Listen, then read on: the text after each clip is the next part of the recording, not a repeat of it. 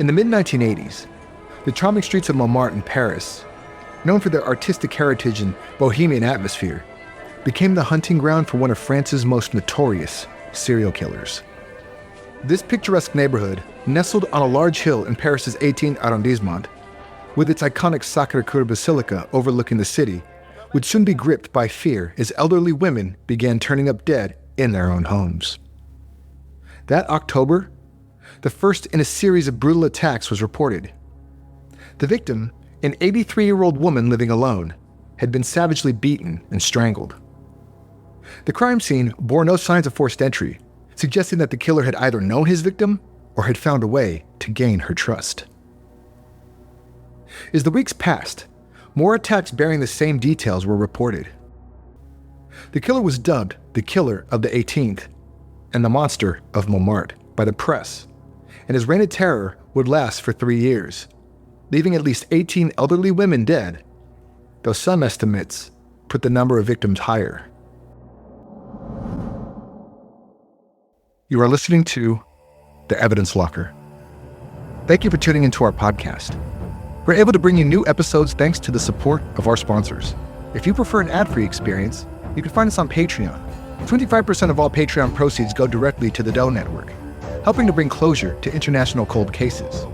Our episodes cover true crimes involving real people, and some content may be graphic in nature. Listener discretion is advised. We produce each episode with the utmost respect for the victims, their families, and loved ones. On October 5th, 1984, 83-year-old Anna Pontus-Barbier was violently attacked in her apartment. When police arrived, they were met with a harrowing scene. Just inside the front door, her shopping bag lay undisturbed, a baguette, some cheese, and fruit still neatly tucked inside. Beyond that, chaos reigned. The apartment was ransacked, upholstery ripped apart, furniture overturned, and her bedroom, the floor was completely obscured by the mess. Then they found Anna, deceased. One of her earrings had been torn from her ear, leaving a jagged wound, and her fingers were covered in deep bruises, as if they had been cruelly twisted in an act of torture. On the same day, Germaine Petitot, a 91-year-old woman living alone in her Montmartre apartment, was going about her usual day. Like Anna, after buying some fresh food from the street markets, she returned home. She had just unlocked the front door to go inside when her assailant forced her inside and commenced a merciless attack. Miraculously, Germaine survived, but was too traumatized to remember anything about her assault. 3 days later, on October 9th, firefighters responded to a fire on Rue Nicolet. Inside, they discovered the body of Suzanne Foucault, 89 years old, her hands and feet tied, suffocated with a plastic bag. Her attacker stole her watch and 500 francs in cash, about 140 euros today. A month later, on November 5th, another murder occurred at 60 Boulevard de Clichy, also in the 18th arrondissement. The victim was a 71-year-old woman named Anna Secaresco. She was strangled, her nose broken, her jaw shattered. The attacker tortured her to make her reveal where she had hidden her money, and left with 10,000 francs in treasury bonds, about 2,800 euros today. 2 days later, on Rue Marx Dormoy, the lifeless body of 84-year-old Alice Bename was discovered. She had been strangled, her hands and feet bound tightly with electrical wires. Alice had been subjected to unspeakable cruelty, as her killer forced her to ingest drain cleaning detergent. In the end, 500 francs were taken from her.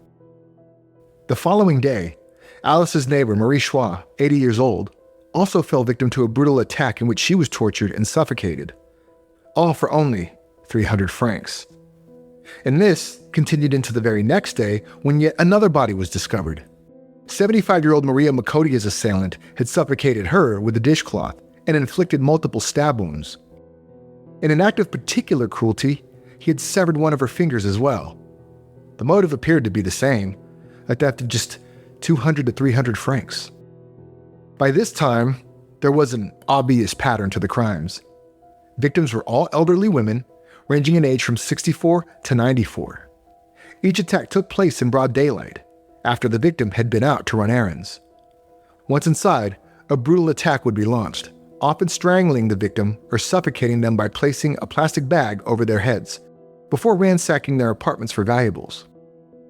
Many of the victims were found with their hands and feet bound, suggesting a level of sadism that went beyond mere robbery. Some had been tortured before being killed, their bodies bearing the marks of severe beatings, bruises, cuts, broken ribs. What made the crimes particularly chilling was the victim selection. While all of them fit a certain profile, there was no evidence that they were stalked or that the attacks were premeditated.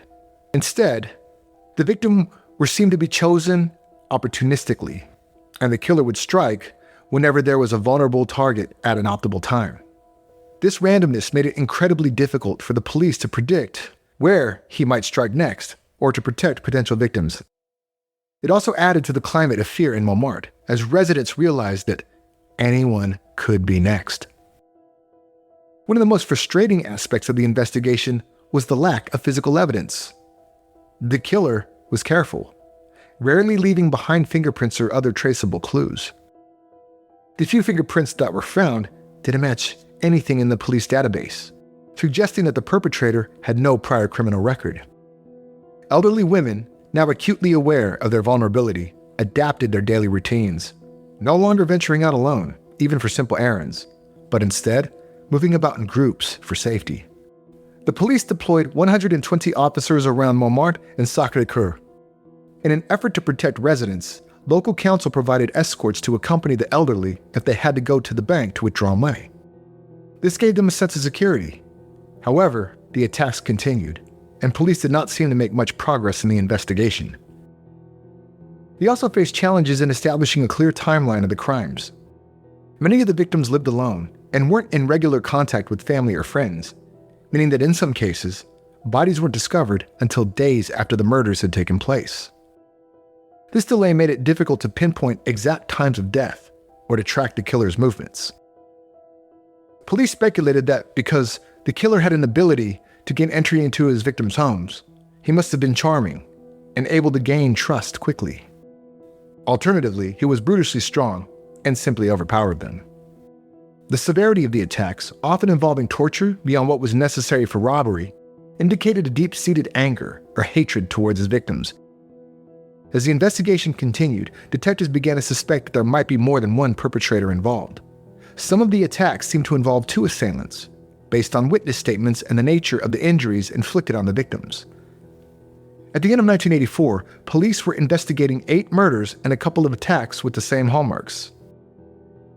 However, as 1985 rolled on, the attacks seemed to slow down.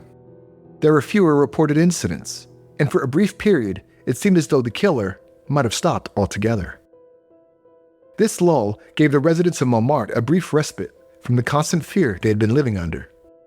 However, it also presented quite a few new questions. Lead investigator, Detective Charbonnier, and his team were left to wonder, why had the killer stopped? Had he moved to a different area? Or was he simply lying low, waiting for the right moment to strike again?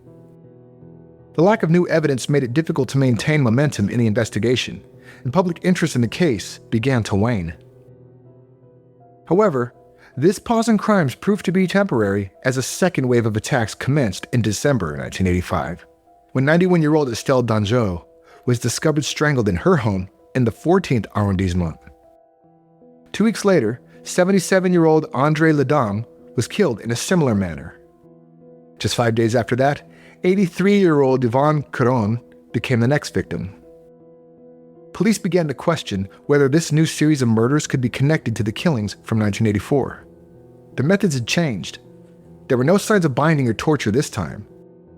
However, investigators soon uncovered a crucial piece of evidence: identical fingerprints left at the new crime scenes. It was undeniable. The Monster of Montmartre had made his return and was casting his net wider into other districts of Paris's inner city. The renewed attention brought both benefits and challenges for the investigation. On one hand, it kept the case in the public eye and encouraged people to come forward with information. On the other hand, it also put immense pressure on the police to produce results, leading to rushed decisions and false leads. During this period, several suspects were arrested and questioned, only to be released due to lack of evidence. In fact, more than 150,000 men were asked to provide fingerprints. But even this still yielded no results. By the end of June 1986, the police were no closer to catching their killer, and the residents of Paris were living in a state of constant fear. But then, in August, the attacks stopped again. This time, police and local residents remained on high alert, as they knew the killer could resurface as suddenly as he had done previously. Their respite would last just for over a year, until November 25, 1987, when 79-year-old Rachel Cohen was found murdered in her apartment. On the same day, the monster attacked an 87-year-old woman, Rose Finalteri, whom he suffocated and left for dead. 2 days later, he strangled Geneviève Germain, who would be his last victim. Miraculously, Madame Finalteri recovered and was able to provide an accurate description of her attacker, stating that he was a mixed-race man in his 20s with hair like Carl Lewis and an earring in his left ear. On December 1st, Commissioner Jacob, head of the 10th Arrondissement police station, was speaking with local shopkeepers when he noticed a man who perfectly matched the composite sketch. Jacob stopped the man and asked for identification. The man turned out to be 24-year-old Thierry Paulin.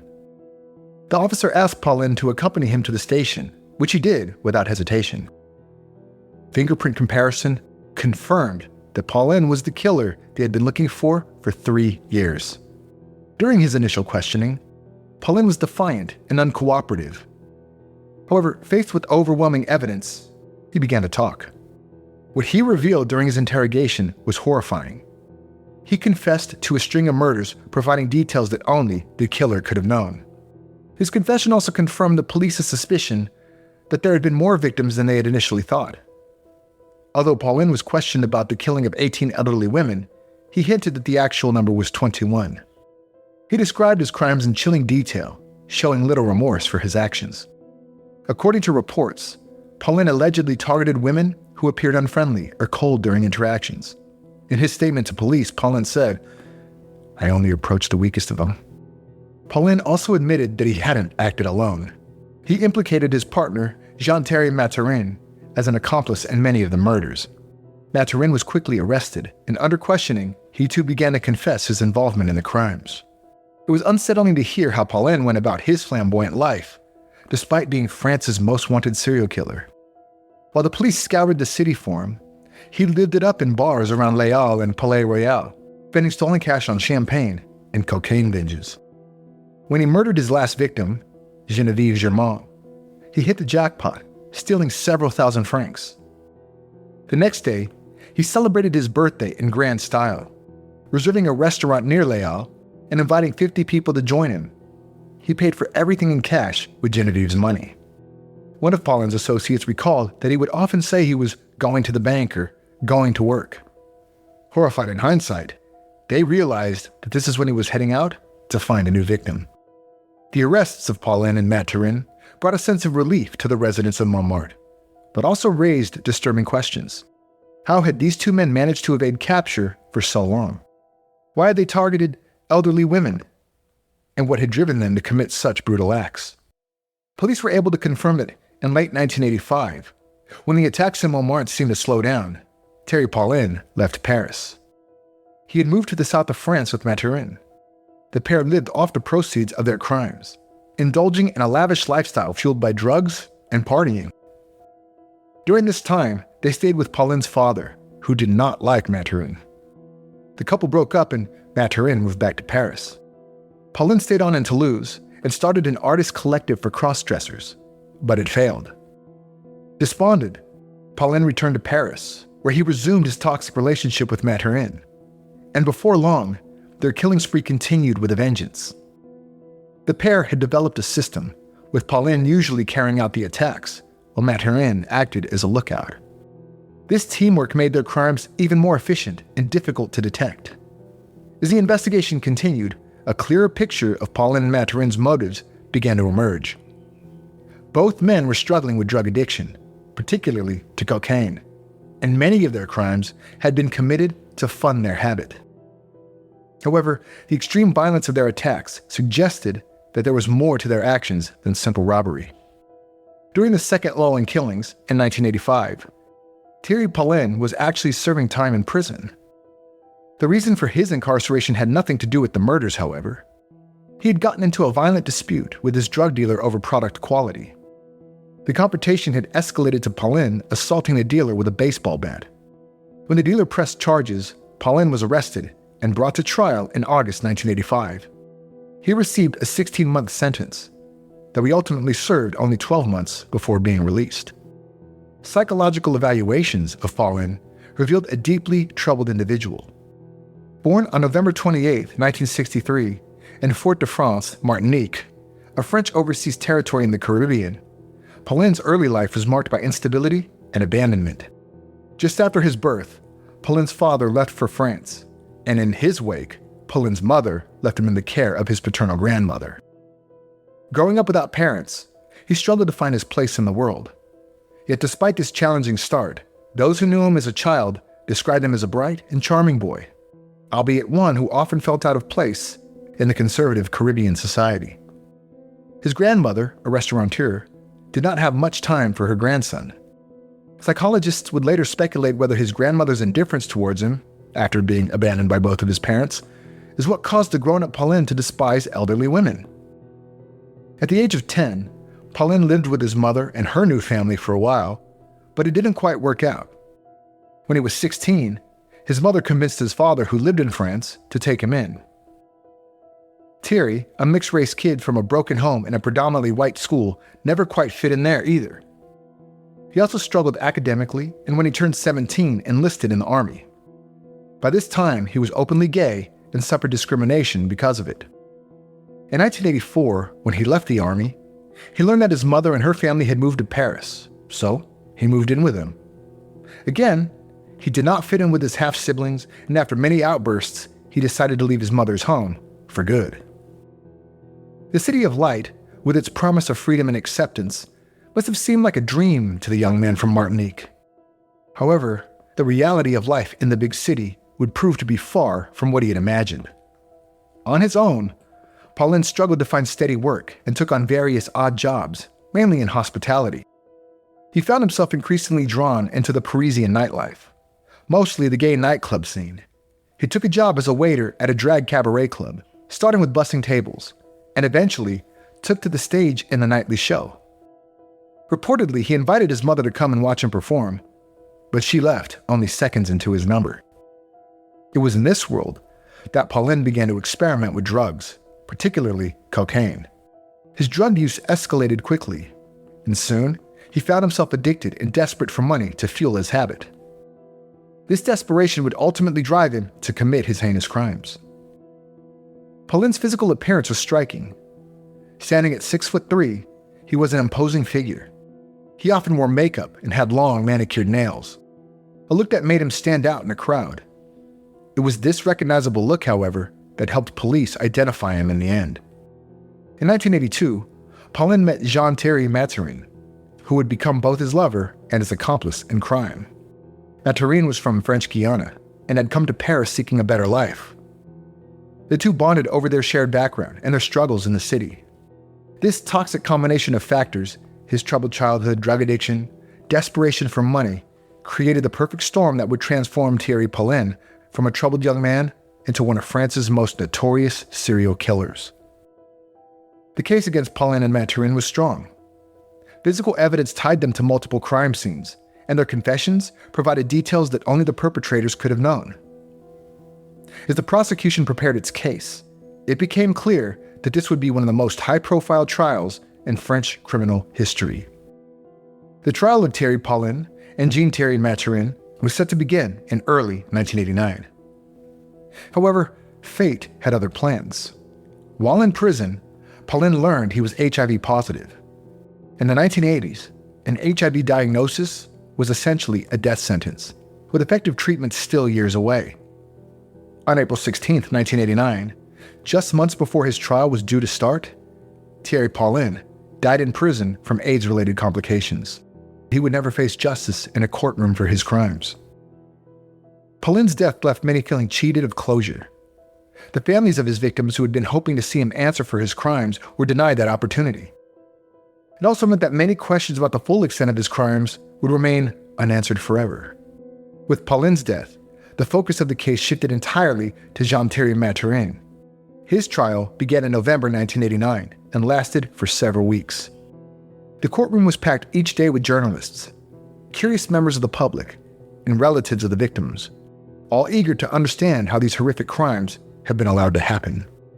During the trial, Mathurin's role in the murders were laid bare.